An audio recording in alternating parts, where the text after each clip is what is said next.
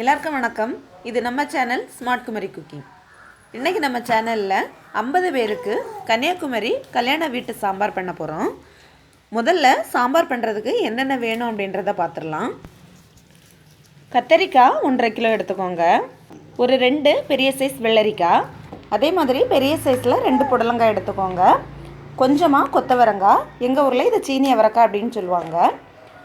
இது சேம்பு கிழங்கு, எங்கள் ஊரில் இது சேம்புன்னு சொல்லுவோம். வேறு இடங்களில் இதை எப்படி சொல்லுவாங்க அப்படின்னு எனக்கு தெரியலை. உங்கள் இடங்கள்ல எல்லாம் இந்த கிழங்கோட பேர் என்னன்னு சொல்லுவாங்கன்னு கமெண்ட் பாக்ஸில் சொல்லுங்கள். அதே மாதிரி இந்த கிழங்கு நாம் சாம்பாரில் போடும்போது சாம்பார் கொஞ்சம் நிறைய கெட்டியாகும். எங்கள் ஊரில் முன்காலங்கள்ல எல்லாம் சாம்பாருக்கு பருப்பு ரொம்ப குறைவாக தான் எடுப்பாங்களாம். எடுத்துட்டு இந்த சேம்பு கிழங்கை ரொம்ப அதிகமாக போட்டு சாம்பார் வைப்பாங்க. சாம்பார் ரொம்ப கெட்டியாகும் அப்படின்னு சொல்லுவாங்க. அடுத்தது 3 தக்காளி பழம் எடுத்துக்கோங்க. கொஞ்சமாக வெண்டைக்காய் எடுத்துக்கலாம். அடுத்தது கொஞ்சமாக நாடன் மிளகு எடுத்துக்கோங்க. இதை பால் மிளகு அப்படின்னு சொல்லுவாங்க. அடுத்தது ஒரு 2 முருங்கைக்காய். அடுத்தது கேரட்டில் ஒரு 4 கேரட் எடுத்துக்கோங்க. கேரட் நாம் அதிகமாக போட்டோம் அப்படின்னா சாம்பாரோட டேஸ்ட்டே மாறி போயிடும். அதனால் கேரட் கொஞ்சம் குறைவாகவே இருக்கிற மாதிரி எடுத்துக்கோங்க. 1.5 கிலோவில் சாம்பார் பருப்பு, அதாவது துவரம் பருப்பு எடுத்துக்கலாம். அவ்வளோதான். எல்லாமே நாம் இப்போ பார்த்தாச்சு. இனிமே நாம் எடுத்து வச்சுருக்கிற காய் எல்லாத்தையும் கட் பண்ணி எடுத்துடலாம்.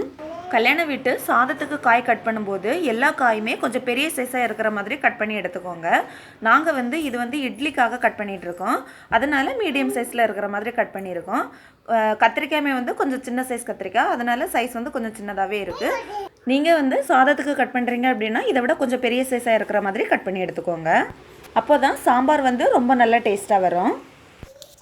காய் எல்லாத்தையும் கட் பண்ணதுக்கப்புறமா அடுப்பில் தண்ணி வச்சு கொதிக்க விட்டுடலாம். தண்ணி நல்லா கொதிக்க விடணும் ஃபஸ்ட்டு.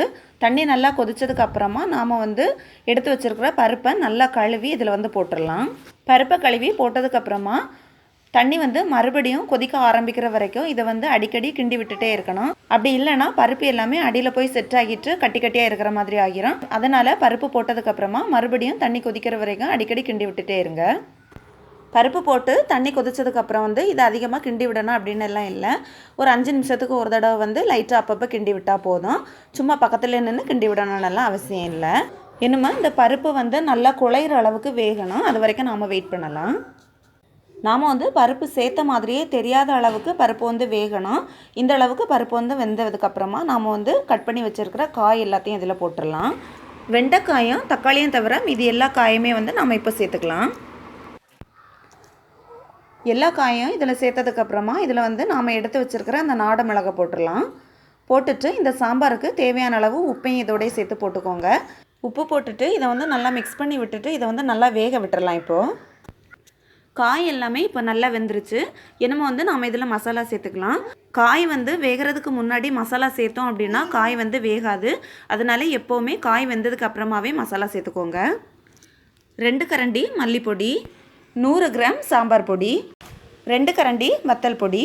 வத்தல் பொடியும் மல்லிப்பொடியும் ஈக்குவல் அமௌண்ட்டாக இருக்கிற மாதிரி பார்த்துக்கோங்க. 1 ஸ்பூன் மஞ்சள் பொடி சேர்த்துக்கோங்க. சேர்த்துட்டு இதில் கொஞ்சமாக தண்ணி சேர்த்து நல்லா மிக்ஸ் பண்ணிவிட்டு அதுக்கப்புறமா இதை நாம் ஊற்றலாம். ஏன் அப்படின்னா சில சமயங்களில் நாம் அந்த காயோட ஸ்ட்ரைட்டாக பொடிகளை தட்டும்போது லைட்டாக கட்டி தட்டுறதுக்கு வாய்ப்பு இருக்குது. இதே மாதிரி மிக்ஸ் பண்ணிவிட்டு அதுக்கப்புறமா ஊற்றணும் அப்படின்னா கட்டி தட்டாது. அதனால தான் மசாலா சேர்த்ததுக்கப்புறமா இதை நாம் இப்போ நல்லா மிக்ஸ் பண்ணி விட்டுக்கலாம். மிக்ஸ் பண்ணி விட்டதுக்கப்புறமா இதில் ஒரு ஸ்பூன் போல் பெருங்காயப்பொடி சேர்த்துக்கோங்க. கடைசியாக நாம் கட் பண்ணி வச்சுருக்கிற அந்த வெண்டைக்காயும் தக்காளியும் இதில் சேர்த்துக்கலாம். வெண்டைக்காயை காய் சேர்க்கும் போதே சேர்த்துட்டோம் அப்படின்னா அந்த வெண்டைக்காயில் இருக்கக்கூடிய அந்த வளவளப்பு தன்மை சாம்பார் ஃபுல்லாகவுமே ஸ்ப்ரெட் ஆகிரும். அதுக்கப்புறமா சாம்பார் ஃபுல்லாக லைட்டாக ஒரு மாதிரி வளவளப்பாக இருக்கும். அது மட்டும் இல்லாமல் சாம்பார் சீக்கிரமாகவே கெட்டு போயிடும். அதனால் வெண்டைக்காயை நாம் லாஸ்ட்டாக சேர்த்துக்கலாம். கடைசியாக இதில் ஒரு எலுமிச்சம்பழம் அளவுக்கு புளியை கரைச்சி அந்த தண்ணியை நாம் இதில் சேர்த்துக்கலாம். சேர்த்துட்டு இதை நல்லா மிக்ஸ் பண்ணி விட்டுக்கலாம். மிக்ஸ் பண்ணி விட்டுட்டு இதை நாம் இப்போது லைட்டாக கொதிக்க விட்டுடலாம். சாம்பார் இப்போ நல்லா கொதிக்க ஆரம்பிச்சிருச்சு. என்னமோ கடைசியாக இதில் ஒரு கைப்பிடி அளவுக்கு மல்லி இலையை நாம் இதில் இப்போ பிச்சு போட்டுக்கலாம். பிச்சு போட்டுட்டு இதையும் நல்லா மிக்ஸ் பண்ணி விட்டுக்கலாம். அவ்வளோதான். கிட்டத்தட்ட நம்மளுடைய கல்யாண வீட்டு சாம்பார் இப்போ ரெடி ஆயிடுச்சு. இனிமேல் இதை அடுப்பிலேருந்து இறக்கி வச்சிடலாம். அடுத்தது நம்ம சாம்பாருக்கு தாளிப்பு ரெடி பண்ணிடலாம்.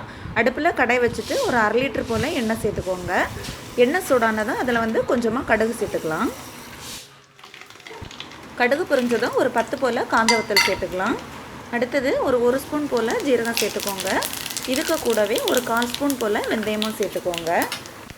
கடைசியாக ஒரு கைப்பிடி அளவுக்கு கறிவேப்பிலை சேர்த்துக்கலாம். அடுத்தது இதை அப்படியே எடுத்துகிட்டு போய் நாம் ரெடி பண்ணி வச்சுருக்கிற சாம்பாரில் சேர்த்துட்டு அப்படியே நல்லா மிக்ஸ் பண்ணி விட்டுட்டோம் அப்படின்னா நம்மளுடைய கல்யாண வீட்டு சாம்பார் ரெடி.